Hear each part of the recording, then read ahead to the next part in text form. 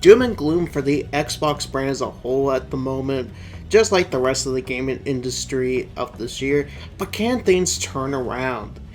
I guess we'll find out. What's up, my fellow Dragodons? Dreadclaw here, and today I want to do a little discussion, talk about my hopes for the upcoming Xbox showcase that Phil Spencer, Microsoft usually do every summer, showing off upcoming projects, games that are coming to Xbox or even PC, and other stuff they usually show off in little indie games.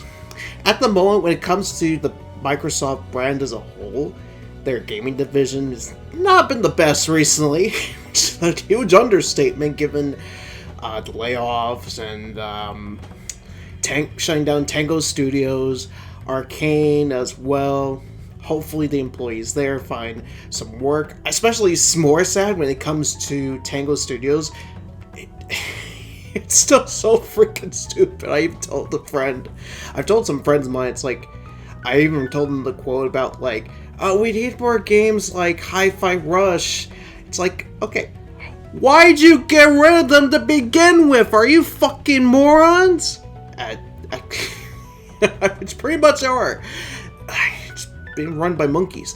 But anyway, when it comes to this, I'm hoping Microsoft turns things around. It's a confusing time to be an Xbox fan. I don't know what's going on. I don't think Microsoft even knows what they're doing at the moment. But at the end of the day, for me, someone who will be interested in something they're selling, as long as it interests me. Otherwise, look elsewhere, But yeah, for all the layoffs, and even with Hellboy 2 not really resonating with the general audience, which waited for, I think it was actually revealed at the, if I remember correctly, the 2020 Game Awards, and it's only a 5-hour game, which I don't mind short experiences as long as it's good, because sometimes I prefer a short experience as opposed to a long experience that just drags on for the sake of the price tag. But so far, quality-wise, like, the production and stuff, that's really good, but the actual gamey gameplay to it's just kind of meh, decent. Waste of a time. Should have been a TV show or some kind of movie.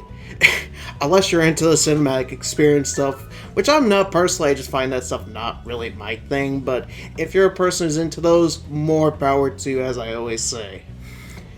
But yeah, it's a dark type. But guys, the most important thing, they confirmed the new Call of Duty, the new generic FPS game that's basically the same thing, is gonna be on Game Pass day one. That's exciting, right? Oh hell yeah, it's about as exciting as when Sony revealed Helldivers 2. But anyway, sarcasm aside, I definitely have some little hope for Microsoft. They can somewhat turn things around, look nice, in a much better position they are currently in the spotlight. But, the first game I did want to talk about, and this has been going on for a while, that we somewhat knew when it came to leaked documents saying that there was a new Doom. And it was kind of expected, to be honest, considering it's been a good few years since we'd seen Doom Eternal, and Doom Eternal had its DLC. So it was more about time that we finally see what ID has been cooking up. And with the indie scene lately with boomer shooters, it's definitely be curious to see what this new Doom will be like, as we did recently with the rumors confirming, somewhat more than likely confirming, that it will be at the Microsoft Xbox Showcase. Apparently already got a name. It's called Doom: The Dark Ages, which supposedly is a medieval themed one, which is kind of interesting since Doom, at least from my experience with Doom 2016 and Doom Eternal, Doom doesn't really seem like a medieval franchise. It always feels like it's always a sci-fi game when it comes to, as well, involving demons and stuff like that. That's at least my experience with the Doom series. I do want to try out more of the Doom series, just like Contra. But yeah, it kind of feels weird, but at the same time, I don't mind change as long as the gameplay is at its core, its identity. Otherwise, it just basically feels like a completely different game. You just use the name just to make money. But yeah, when it comes to medieval thing, I just wonder if it'll take like maybe some cues from Immortals of Evu. Man, that name's always confusing to pronounce. I would just call it Immortals. Which is kind of like Doom in my opinion. If you know what that is, it was the shooter from EA Originals that came out last year in summertime. Not a good timing, because there was a lot of good games coming out around that time. Which of course flopped, but hey, it's on Game Pass and was free on PS Plus at one point, so if you checked it out, let me know what you thought. So far, it feels like a pretty solid game. Pretty fun, but yeah, especially when it comes to a somewhat of a boomer shooter that has very more story-driven aspects, where I don't think Doom would go the story-driven route, since Doom is not a very story-driven series, because Doom at its core is just simple fun. Shoot action, but it doesn't feel like brain-dead, simple, easy stuff like your typical military multiplayer shooter. That's one thing I'm kind of hoping we see with the Dark Ages, because I don't know why ID and Bethesda and ZeniMax always try to incorporate some kind of online multiplayer for the Doom games, where Doom isn't really there for multiplayer, because let's be real, who actually plays Doom for multiplayer? you just play it for its core, the single player experience. Just going in, kill aliens. But I still would be quite interesting, because Doom Eternal did show that at least like Doom can be innovative. They can do new stuff with the series. So I'm definitely looking forward to seeing what ID is cooking with the series. As well, I'm definitely curious to see some proper updates related to some titles they showed last year, like Clockwork Revolution, South of Midnight, which, as well, we recently have been hearing that the new Indiana Jones game is supposed to come out this year, so we might get a release date for that. As well for Obsidian's new RPG, their take on Skyrim, which I'm kind of curious about, where I'm normally not a real big fan of Western RPGs, but it does look a bit more interesting compared to Skyrim, especially visually. So it might be a game I might check out at some point, plus Game Pass. But for sure, Clockwork Revolution and South of Midnight are two big games I'm definitely curious to see if we get an actual update. And some gameplay for South of Midnight, which looked very interesting from like a visual presentation. So I'm generally curious, because I had heard like it's supposed to be a more narrative game, action adventure, story-driven style, which is rare for Xbox to really have. Which I'm just don't think it's gonna be like something like Sony's cinematic experiences. Like, I feel like it's gonna be actually gamey. And plus, the setting looks quite interesting as well. Not to mention Clockwork Revolution, which, let's be real, we all thought it looked like Bioshock Infinite. Like, it really screamed Bioshock, but apparently it's not. But I mean, the world as well looks really interesting. I imagine the gameplay is going to be really fun as well. And it be more like an RPG, so that definitely interests me more. And so far, what we're seeing with Microsoft going for the more RPG route than we have with shooters recently is quite interesting to take in, as we're seeing like some nice variety from them as well, where it feels kind of akin to the Xbox 360 era when it comes to variety. Like, you had Viva Pinata, you had Blue Dragon, and all kinds of stuff, really, aside from like the typical Halo or Gears of War. As well, I'm definitely kind of hoping to see as well, speaking of Banjo, I'm kind of hoping we might see potentially the next Banjo-Kazooie that's been supposedly greenlit at Microsoft.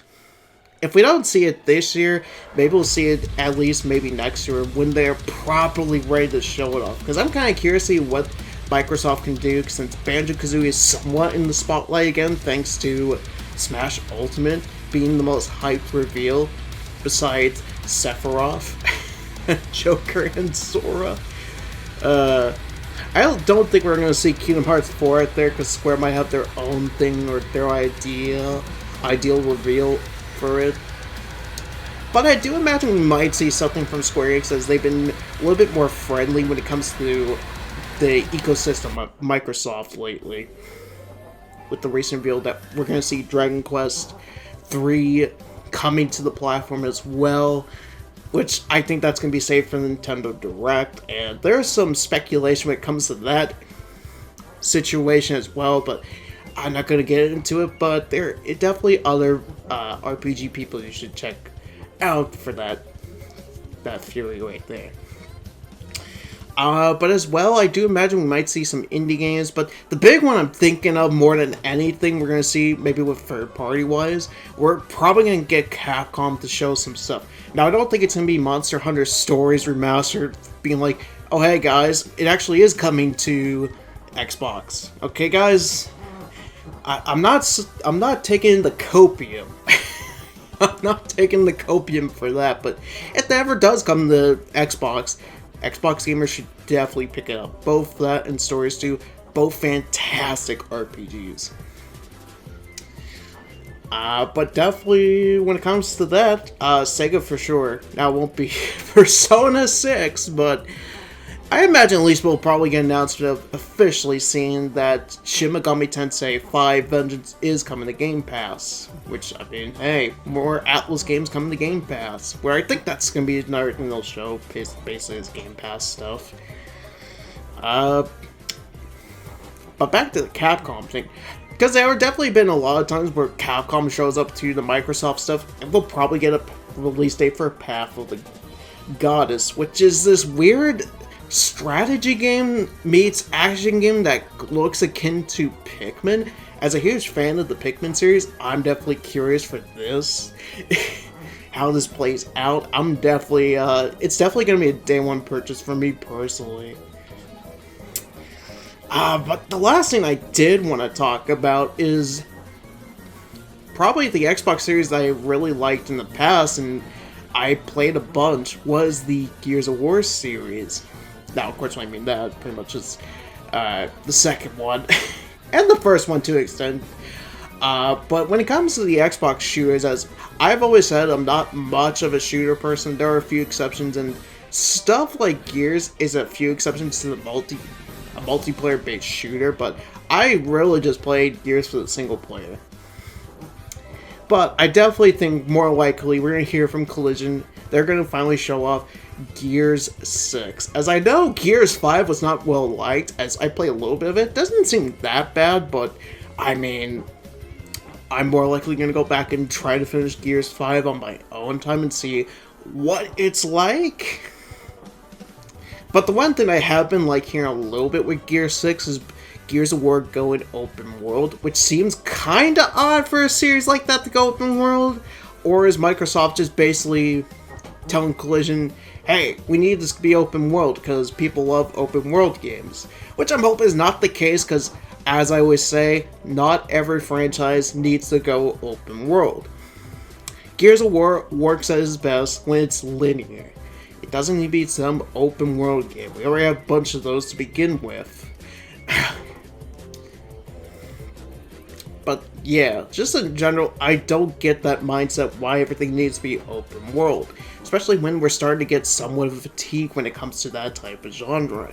Not to mention, if we're still going full in when it comes to the whole Gears thing, I definitely think it's about time we finally get to see the highly rumored, it's been going for years now, the Marcus Phoenix collection. Which is akin to, I imagine, the Master Chief collection. Like how they did a bunch of the Halo games, give them some quality of life, new graphics, better textures. I imagine it's going to be the same case for the Gears of War series, so they can hype up Gears 6. Oh, that would be really cool to finally play the Gears games with mouse and keyboard, modern platform. It would be nice. Because the only Gears game I've ever played was Gears Tactics. Which essentially is like, it's basically, think Gears of War with, think of it as XCOM, but with a Gears of War skin. But it's not in a bad way. It's a pretty fun game in general, if you're a fan of those types of strategy games. The only thing I could think of as well when it comes to Microsoft, I would definitely like to see them finally show us some gameplay of the new Fable, as we'll confirm if it's a sequel or is this a reboot of the series. It would be nice to finally know what is going on with Fable. I mean, the only thing we could think of is more likely going to be a Forza game, because I mean that's a given at this point, since we're always given like a Forza Motorsport or a Forza Horizon game. But yeah, generally guys, that's what I'm looking forward to the most when it comes to the, oh shit, I almost forgot. I'm sure majority of people forgot about this game at this point, to be honest. But yes, there's, I almost forgot it, Everwild. The one game I've been looking forward to the most from Microsoft. If they could ever show it, this would be the year, because we haven't gotten a damn trailer since the last time actually shown a trailer. And it's been maybe a few years. And that game has been, there's been some development trouble with that game, where like, there's been concept art shown. We don't really know what it's supposed to be. I don't think the developer, I don't think even Rare knew what the heck the game was. One of the staff members left that was working on the project as well, so apparently it's getting rebooted. I just want some gameplay of it. I just want to know what the heck this is. Especially as someone who, I know this is unpopular opinion amongst the peoples. I know it's a very unpopular opinion, but I personally was not a fan of Sea of Thieves. I've tried to get into it twice. First time when it came out, I played it by myself. Wasn't really keen on it. And then I recently tried it with some friends. Still wasn't the biggest fan of it. I've tried. I just can't get into the game. Even Skull Bones, that I somewhat like, but then the mission structure for the game was just very boring. It just got very old quickly, where Sea of Thieves, for me personally, I feel like when it comes down to a few aspects, really is the combat. If anything, because graphically it looks really nice. Because Rare are well crafted in the way they are, even if it's like the newer stuff, they still put out some good stuff. Like, I can acknowledge Sea of Thieves probably be a decent multiplayer game for people that are into that type of game, but like as well, I thought it was cool when it came to like the sound design for it as well. But yeah, the combat is probably the biggest thing that was a turn-off for me, if anything. But otherwise, I think it's overall a pretty decent game. But I'm just hoping it's not another multiplayer game. I'm hoping this is something different, something for Rare to really stretch their legs and feel like it's true old school Rare, which I'm not saying Sea of Thieves isn't really a Rare type of game. It is in its own way, but it doesn't feel like Rare to me. If you get what I mean, you probably would understand.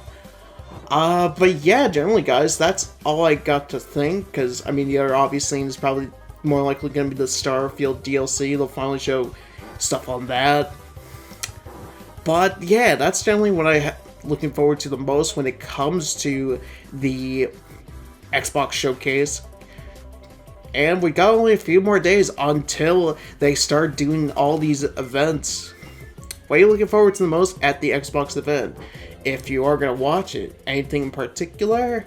Or you're not going to watch it all if you're not really into Xbox stuff? But anyway guys, I shall talk to you later. I'll see you in the next video. Peace.